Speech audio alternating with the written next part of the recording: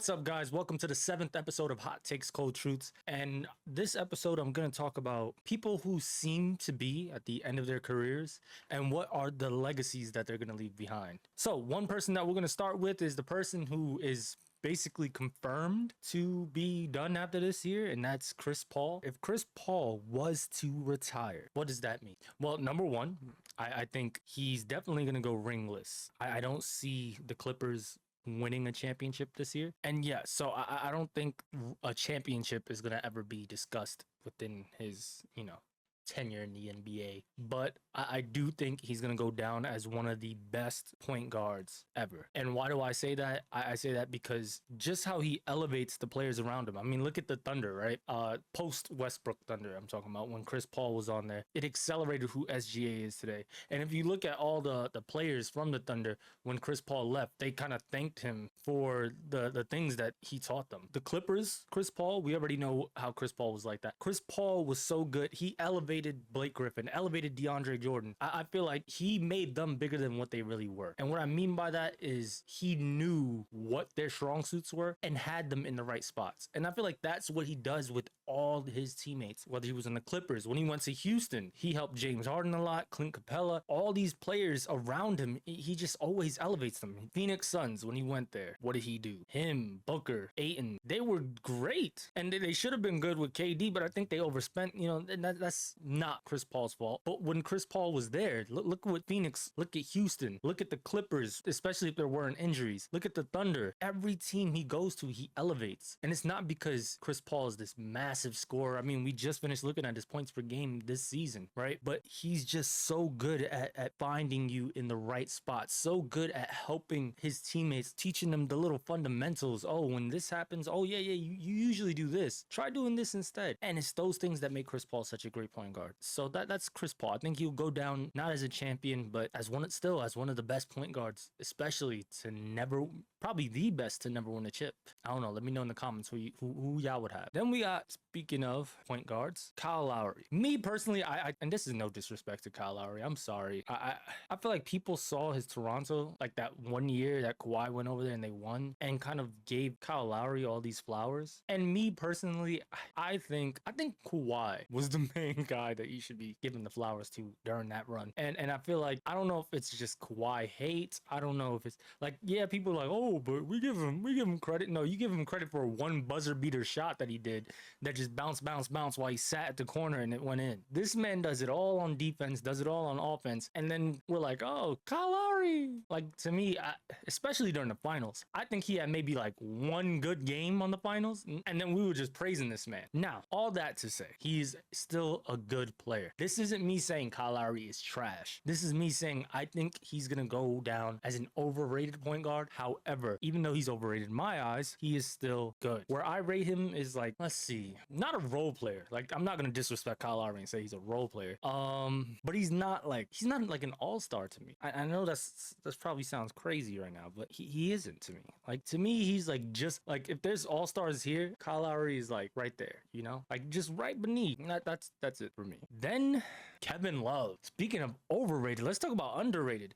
And I feel like this man gets underrated because of his stint in Cleveland. Why? Here's why, right? If we say that Kevin Love is a great player, that means Kevin Love, Kyrie, LeBron, right? That means there's a big three. Then you throw in Tristan Thompson. Now LeBron looks like, oh, he needed all these teammates, right? Now, granted, do I think LeBron should be hated for having good teammates? No. But I think what gets LeBron hated is LeBron fans. What do I mean by that? I don't mind saying someone, like, I don't mind LeBron being in a GOAT conversation, right? But when LeBron fans like tear down other players to bring him up, it's annoying. For example, that Cleveland team was crazy, especially when they try to talk about, like, when they try to diminish the Golden State Warriors for what they did. It's like, do you realize the team they were going against? Yes, the Splash Brothers, that's two. We really gonna count Draymond? No disrespect to Draymond, but really Draymond? Now, I'm gonna give you three, right? You got Curry, LeBron. Even if you want to put them at even, you call LeBron the GOAT, he has to be above Curry. Right? Boom. Then you got Kyrie, Clay. Okay, that one maybe if you want to do even, but still, I say Kyrie better than Clay. Then you got Draymond, Kevin Love.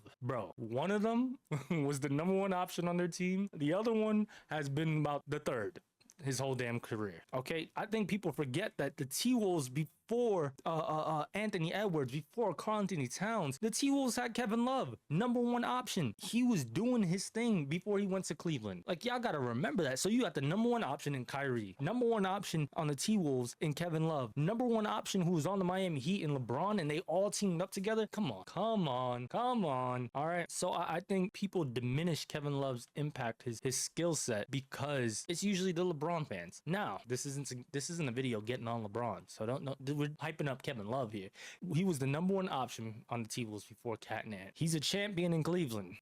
So I think his legacy, sadly, because of these people that wanted to big up LeBron and how he carried the Cleveland Cavaliers and how they weren't enough and all this other crap, they're gonna diminish Kevin Love's legacy, and I don't think he's gonna be one of the top guys in their books. But to me, in my books, Kevin Love, you got my respect, bro. You're not like best guy, but you a great guy. You a great player. You're not like a role player to me that they try to put you in. The category that most people try to put you in when defending their glorious king, okay? Why can't we enjoy both players? Why can't we enjoy LeBron and enjoy Kevin Love? Now, because we talked about Kevin Love and the Cleveland Cavaliers, I feel like we have to talk about KD now. This is another one who I feel gets hindered down because of the LeBron fans. And what do I mean by that? You left a team that with you from the start to go to a team that beat you. Yeah, and they were the top team in the West. I want to win. I want to get money. This team offered me both. Why wouldn't I go there? That's one. Two, how are we getting on KD when LeBron is steady doing the same thing? Yeah, oh, but the Lakers weren't the top. Oh, but Miami wasn't the top. Oh, but Cleveland. The point is, one, all three teams, guess what they had? Assets or the money to make LeBron a team that can get him to the finals. The man left Cleveland, came back when Kyrie, the number one, doing his thing. And I'm not talking about, oh, Cleveland was the best. No, I'm talking about you got a nice player there. Obviously, all he's missing is a few damn pieces. Okay, so now LeBron goes to Cleveland. What happens? We make a shift. Boom, we get Kevin Love. All this stuff. LeBron goes to Miami. Chris Bosh, Dwayne Wade, LeBron. And that's where we just stopping at. We didn't even mention the other players. LeBron goes to LA. AD. Shoot, Luka now. It's ridiculous. It's ridiculous to slander KD for going from OKC to Golden State, to then go to Brooklyn, to then go to Phoenix, to then the Houston Rockets. Oh, he's ring chasing. He's this. He's that. I feel like KD's another one that gets hindered because of LeBron fans. It's because if KD doesn't get hindered, you're now talking about a person who won two championships against LeBron. So then you're like, oh man, KD fans are gonna shit talk you because you're a LeBron fan. And to counter that, oh, I get to talk crap about how you left your team for the team that beat you. Oh, how you're ring chasing, how you this, how you that. You made a super team, yada yada. Do I think Golden State was a super team? Yes. Do I think Cleveland was a super team? Yes. I think those are two super teams going head to head, and one was just better. That's simply it. That's literally what happened. Because of that, KD is gonna get slander. I don't think he should be. His scoring is amazing. He won 2 titles. You see the impact that he has on teams once he goes there. I mean, hell, Brooklyn Nets to me would have won a championship, their first ever, I think. At least first in here in Brooklyn. If his toe wasn't on the thing, we know. Come on. It would have been Brooklyn going to the finals, and we would have been crazy. I mean, he would have just shut down all that slander talk. Now, it didn't happen, right? His toe was on the line, and so now people are gonna be bashing him. Oh, he can't win without team. Blah blah blah blah. Listen, stop all the. I mean, I'm not gonna be the one to stop all the KD slander. We know it's going to always be KD slander. 1, every player needs other good players. 2, it is not a crime, especially in today's NBA, to leave a team for a better team. 3, if you hold one person accountable for leaving a team to go to another team, you better do that with all players. I don't care if it's LeBron, KD, Dame. You can't get on people for leaving a team to go to a better team, especially if they're going to offer better money. So that's KD. He's sadly going to get that. Now we're going to go to the flip side. Damian Lillard, I felt like, which is kind of funny, right? Because you got KD, who people are saying, oh, you left and you went to a different team, you traitor, you went to the Golden State and they were beating us and all this stuff. But then Damian Lillard, who's been loyal to the Portland Trailblazers, you have the opposite reaction. Oh, you should leave, go to a better team.